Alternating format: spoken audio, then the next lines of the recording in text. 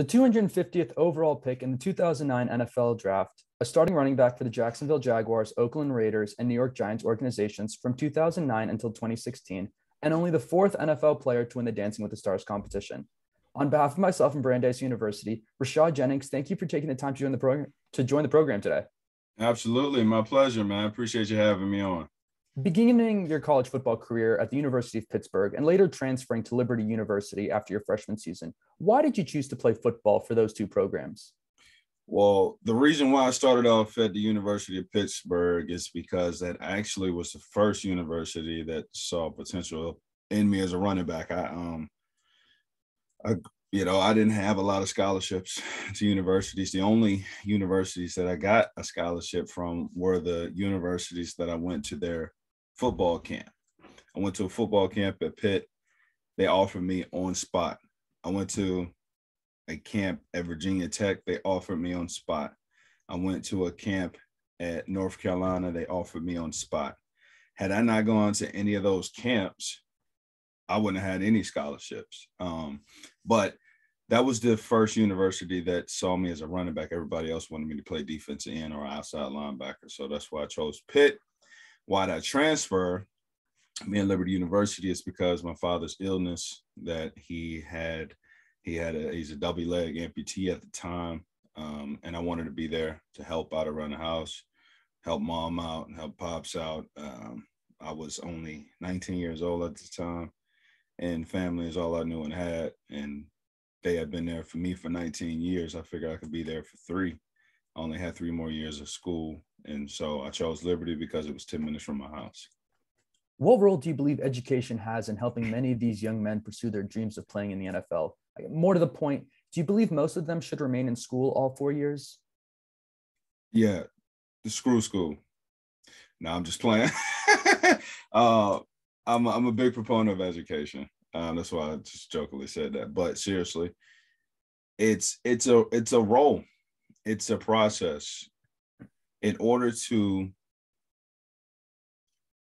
make it to the NFL, I wouldn't say you have to be educated. I wouldn't say you have to be educated to do any job.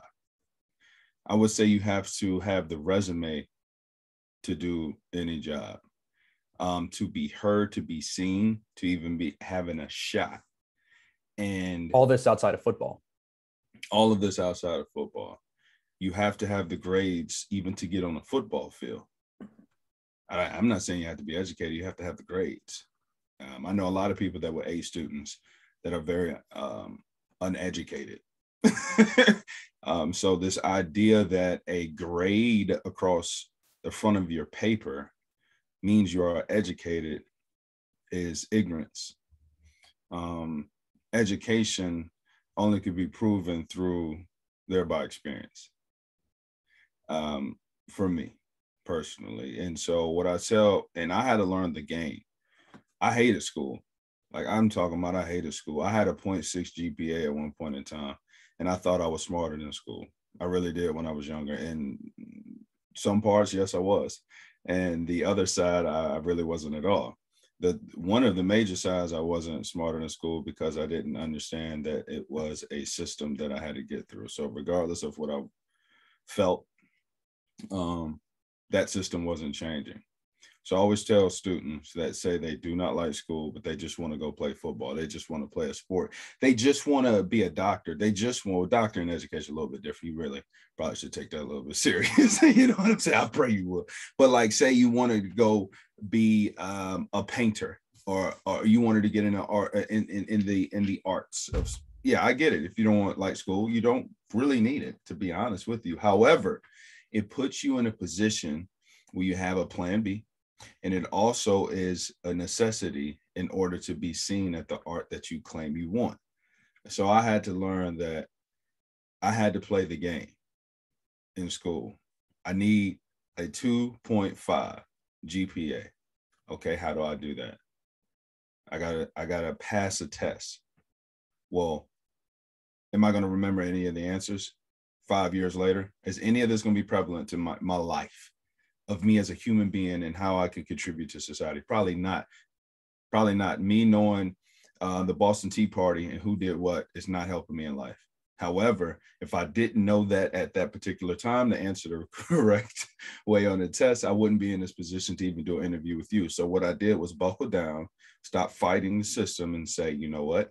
I need to get through. So all that to come back to answer your question, as far as an athlete is concerned, you should always take education serious because you learn. That's what's more important, is learning than education, right? And one of the things you learn is, even if you don't like school, you got to get through it. It's not going to change. So change your bully head and buckle down and study at least to pass the test. You can forget it later. Yeah, the two thoughts I have to that are that, you see on the football field, to see players who get injured into season-ending injury, potentially career-ending. You think, and you look back or you look at their Wikipedia pages, and they didn't graduate with a degree. On the positive note, I do see players such as Larry Fitzgerald or the NBA's John Wall, who return back to school later to pursue a degree and to complete a degree, and it puts a smile on your face, and it's a sense of confidence that these athletes, they also recognize that education is important, and that their post-playing career, that's going to be 50, 60 years, is dependent sometimes on that. Yeah, education. What does that even mean? You don't need to go to brick and mortar in order to receive education. You need to go to brick and mortar to receive a certificate. I know people that are well more educated than the people that have certificates. I'm gonna just say it like this. I played in the NFL. I was a professional athlete. Just because you're a professional athlete does not mean you understand the game inside and out. Just because you're a pro does not mean you know how to analyze it. Just because you're a pro athlete does not mean you know how to teach it well. Just because you're a pro doesn't even mean that you know everything about your own position. I've been in the NFL for 8 years, and I've seen a lot of guys that can't break down a playbook to you. They can't break down analytics to you. They can't teach anybody how to do what they're doing, but they're pros. They're professionals, and they have that certificate because it says NFL certificate to say they're educated at what they do. They're just good at what they do. Some. Some very big difference. Now some are and now you have people that are well educated about it but can't do it. That's why you have a lot of commentary. These dudes can't play the game to save their life. They would be horrific, but they commentate on it because they are educated on the game. So see, there's a difference between being educated and actually being able to apply and do. So it's idealistic when you have somebody that can do both, right? And so that's what you want to do as a professional. You do want to be educated, yes. You do want to be able to accomplish, yes. But you don't need one to do the other. And that's why I'm just like separating your question now. However, I have both. And I pride myself on having both, and everything that I do. I get educated on it. I take classes on it. I go to YouTube University. I go to a university if necessary. I will get educated and learn on anything that I'm trying to accomplish, because I think knowledge is not power. The ability in which you can apply knowledge is power. So for me, that's where the do comes into play. I wanted to continue this conversation by transitioning to the writing aspect of education. The author of a 4-book children's series called The Coin Slot Chronicles and an autobiography titled The If in Life. What was your experience writing these books, and what did you learn about yourself during the process? I had a ball. It reminded me how much more I am in tune, and it's easier for me to get in touch with my 14-year-old self versus my 36-year-old self. Like, I'm closer to the 14-year-old kid. Like, I have the playful spirit. I'm such a childlike spirit. I'm always happy. I'm always over analyzing things, but the adult in me, it keeps me in control. Writing this series was important for me because I grew up with a reading comprehension deficit. I struggled academically and I didn't like reading. And the reason why I personally didn't like reading is because I couldn't relate to a lot of stuff I was reading, and it didn't touch my creativity to inspire me. So with that, I remembered that feeling, and I know how pivotal and crucial it is for the comprehension of reading, controlling, lending to the success for a child. So I wanted to write it in a way it was addictive for young boys specifically to read. Now, In the health industry, they've created a way that made a chip addictive. Come to find out, it's the amount of sodium, carbohydrates, and fats that actually make a taste addictive to where the neurons in your brain release that demands you to have another. So I took my jab at making reading addictive. I'm not going to give the formula, but it seems to be working because every kid that reads these books always fishes for the next chapter. It's amazing the emails that I get from teachers, from parents saying, the best email was a parent was their children, they were doing stuff they had no business. They got in trouble. They sent them to their room. Usually when they sent them to their room, about 10 minutes later, they start making noises, throwing pillows, just carrying around, being a kid, right? And she said she sent her son to his room and the book was on the bed because she had bought it. I guess the child picked up the book and started reading. She said it was 30 minutes and she heard silence. So she was worried, like, man, let me go see if he's okay. You know, one of the best ways a parent is, okay, I hear noise. That means they're good, even if it's bad, right? So it's too much silence. She went in, knocked on the door, opened it, and he was just quietly reading.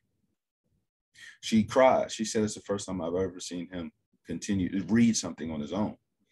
That's what made me proud, because I think I've cracked into this code of how to make reading addictive for young boys. Tremendous. Now retired, what are your thoughts on player safety in today's game as we watch star running backs, whether that be Christian McCaffrey, Dalvin Cook, or Saquon Barkley suffer injuries? Safety? Ain't no such thing. You think it involves more conditioning? Some things. Soft tissue, maybe. I will say that. So for me personally, I've always said like pulled hamstrings come because of a lack of attentiveness to training or your craft. You know, if it's a bone, I ain't got nothing for you. You know, that's just freak nature of playing the game. But like certain soft tissue injuries, I will say is because that player is probably not doing everything that they need to be able to perform at a high level. Like I could go you can pull a hamstring just because you didn't warm up properly. It has nothing to do with anyone else physically touching it. You could go get pull your calf just because you didn't warm up properly. You can go get a soft tissue, self-inflicting wound just because you personally did not warm up properly or train the entire offseason preparing yourself for the brutal combat. So, but now as far as concussions and things of that nature, that's where the safety of the game should have more attention to it. And then the particular hits. So I feel the game is violent. I mean, for goodness sake, that's one of the reasons why I even wanted to play. It was the first day in my life where I could actually release, you know, anger and be applauded. So that's why I played. I wanted to go hit somebody. When you talk about the leg tendons and lower body injuries, do you ever think that it has anything to do with technique and how a player is stepping or how they're moving their hips and body? When it comes to, say that again, ligaments, you said? Yeah, and lower body injuries, and based on how they step or how a hip shifts. Yes. Okay. Sometimes it can be that, and then sometimes it's straight because of the contact that you receive on that ligament while it's out of place or vulnerable. I just think of like DJ Chark last night, who unfortunately has a fractured ankle after James Robinson rolled up on him. Yeah, see, that's a freak thing. Like that's unfortunate. You know, some injuries come from friendly fire.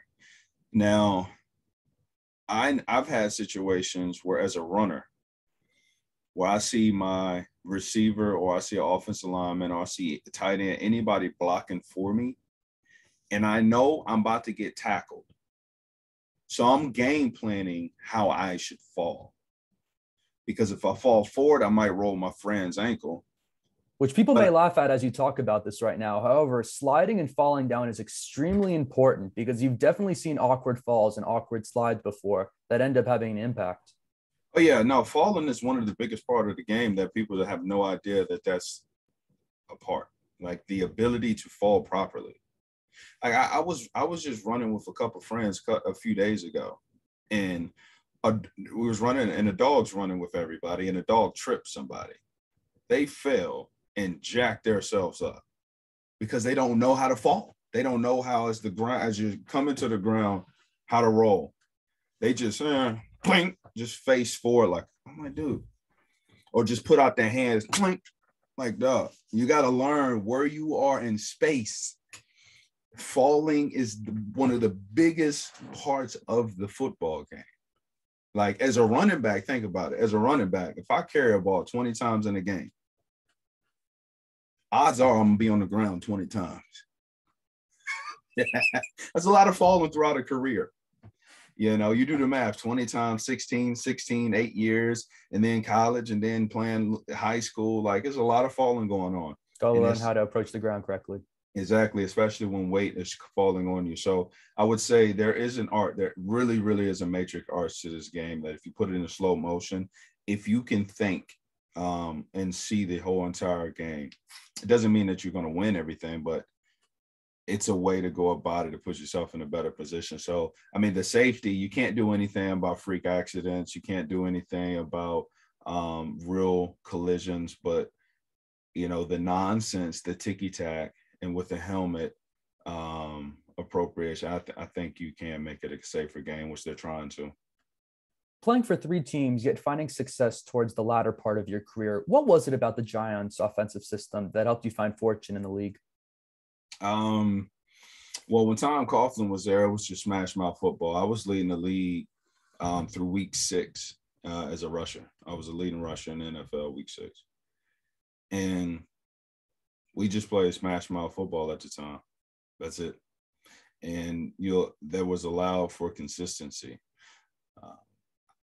We got into the following year, we got into a 4 running back rotation. We just keep rotating backs. I don't know the philosophy behind it. Maybe they wanted to keep everybody healthy. Maybe they was trying to see which guy got the hot hand, or maybe they was trying to analyze who they wanted to be their starter still. I don't know. But I think it's very foolish to have a 4 running back rotation in the NFL, personally.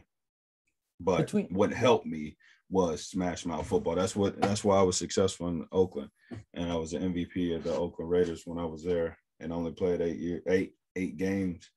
It's because it was smash mouth football. Is a committee then not beneficiary to the player because they develop an irregular rhythm, a regular pattern of playing, and that they don't know when to be ready?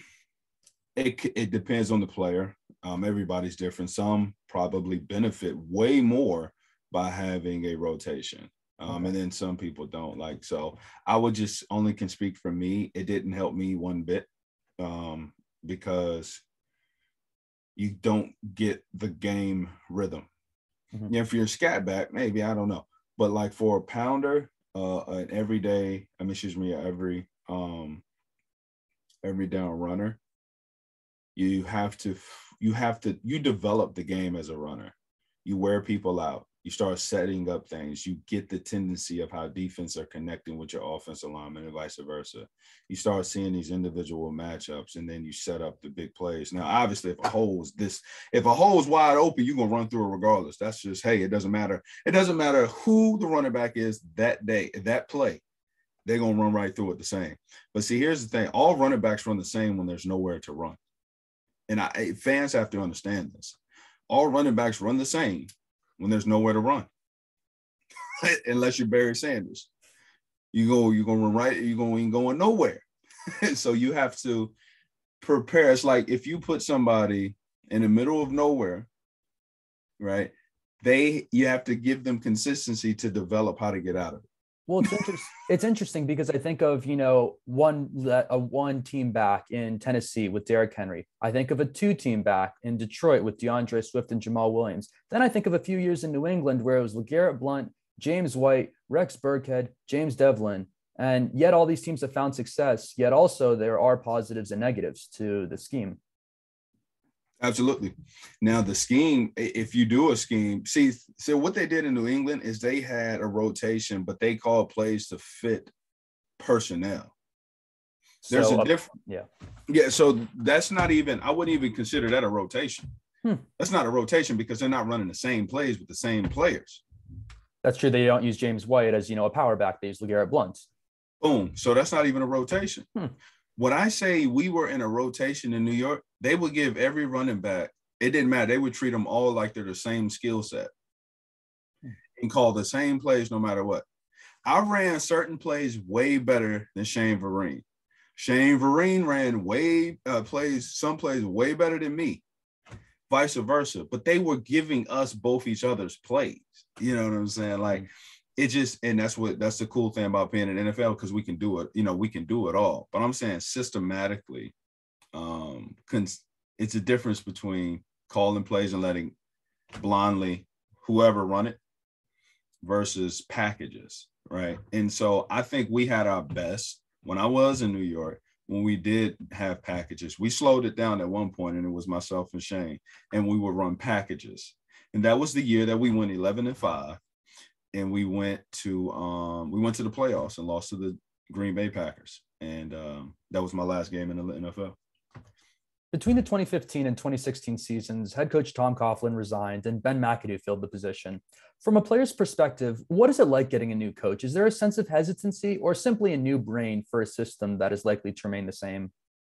Well, having a head coach come into a system from the outside versus the inside are totally different. Ben McAdoo was actually inside the system under Tom Coughlin. He was offensive coordinator, so not a lot changed. And he already understood the nature of the organization and the nature of the culture. So it was more just a new brain.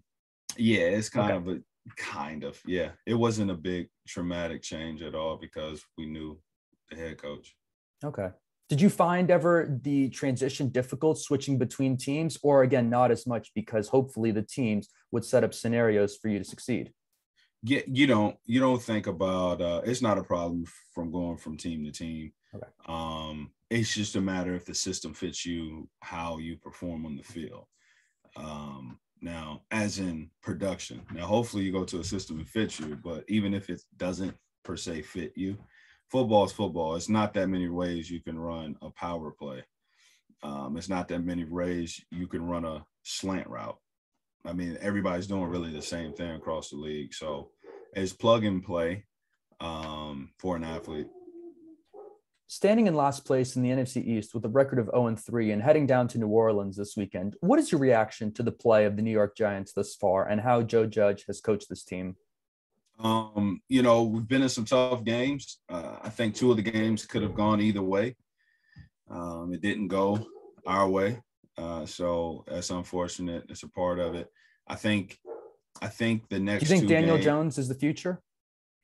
I think he can be, yeah. I have no reservations really for Daniel Jones. I know this is a big year for him, being that they've given him a lot of weapons around on the offensive side of the ball. They're excited to see what he can do. Obviously, protection is always going to be paramount. But as far as franchise, I think he's going to be the guy. I don't have any reservations about that, but it's a lot of focus that needs to come. Probably if I'm on the outside now, right? So I'm reluctant to speak on what should or shouldn't happen or what they're thinking, but most coaches just start off with elementary stuff. They want to win. So they want to put every player in position to do just that. So they're doing everything they believe they need to do in order to win, given the situation and circumstances they have. There's a salary cap. People get hurt. Some guys you bring in and maybe they don't pan out to be as good as you thought. Some guys you bring in that you didn't even expect to play turns out to be way better than you thought. That's just the NFL. But as far as coaching critical situations, leadership is always going to be something that needs to be first and foremost. And that comes from the players, not even the coaches. While marketing and endorsement deals were unavailable for college athletes when you played, what are your thoughts on name, image, likeness policies today? I think it's amazing. I think it's awesome. Pay them. It's very simple for me. If I was an author in college, I could write a book and get paid for it. If I was a painter in college, I could paint and sell it. If you just tweeted something or posted a social media post as well. Yeah, like so, but you're telling me because I'm part of a program that brings the university a bulk of their money, I can't even earn money off of my name. But Joe Blow just wrote a book in college. He's not a professional. Like, it's the silliest thing to me in the world. How can you tell somebody they can't earn money and it's illegal? Okay. I think it's always been stupid not to allow. You think them there's to been a earn long money. time coming? Yeah. Okay. I don't, and there I get the issues that come with it. There's issues that come with everything, man. Mm-hmm. But There's always going to be criticisms. Right. But a sponsor working with an athlete, why not? It opens up a pool of money for younger players to get paid, which is younger kids to get paid, which is not a bad thing. Now in retirement, you've turned your focus to entertainment, it seems. Did Dancing with the Stars in 2017 or anything else cause this? I've always wanted to get into the space of entertainment. TV acting, hosting, commentating, finding my space. Finding my role and what fits and works on me. Dancing with the Stars was a treat. I'm telling you, I had no idea. A blessing in disguise. Man, it wasn't even in the disguise. It was a blessing with a big old red bow on it. And that has some sparkling shoes. I couldn't have wrote that one out. If somebody would have told me, what do you see after you retire football? Nothing in me would have even known how to put the sentence together, Dancing with the Stars. It happened. And I love learning once again. I'm addicted to learning, actually. Every off season, I would pick up a new art or craft. The first off season, I picked up a guitar and I learned how to play it. John Mayer is the reason why I picked one up. The next off season, I picked up a bow and started doing archery. The next off season, I started doing magic tricks because I wanted to learn how to do magic tricks. The next off season, I learned Olympic style fencing. The next off season, every off season, I literally just picked up some style This is great. of craft where I was a true novice to it. I know nothing.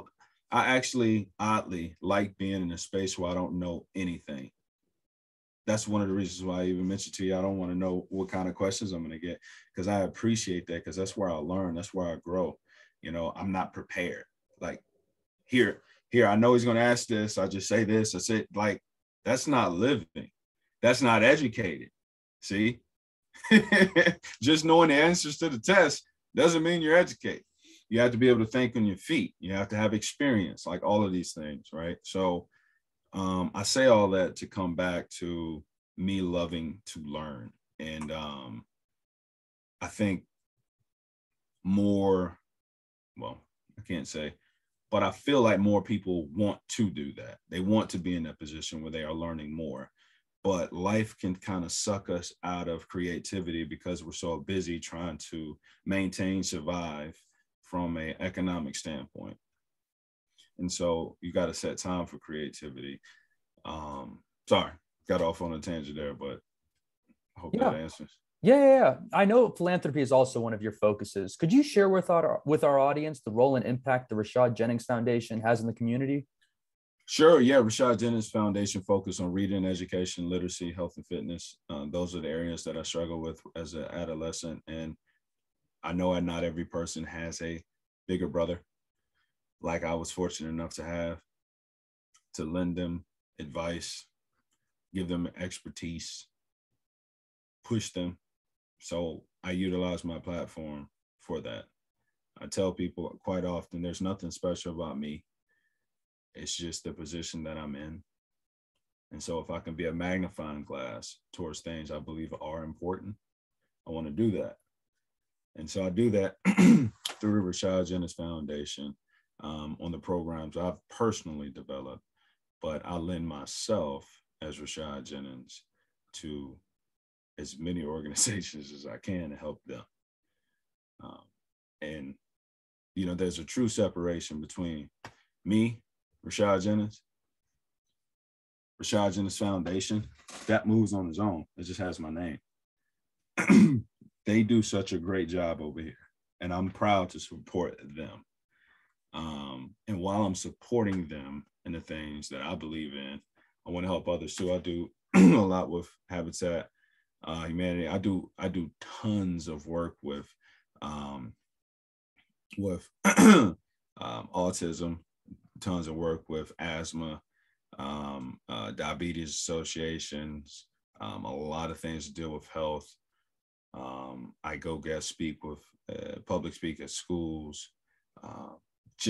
I give as much as I can. I'm actually even studying to be a premarital marital counselor, because that is my heart, is being philanthropic. And so most communities that I go to that are broken typically have broken marriages, and most communities that I go to are healthy, have healthy marriages. Well, there's something there. So, and I love my love for love, and how I see that God had demanded us to love your wife like Christ loved the church. Is kind of scary, but I think I get it. And so one of the reasons why I'm being a marriage counselor is to help our world. Rashad Jennings, thank you for joining the conversation today. I know you'll be watching this weekend. For sure. Appreciate you.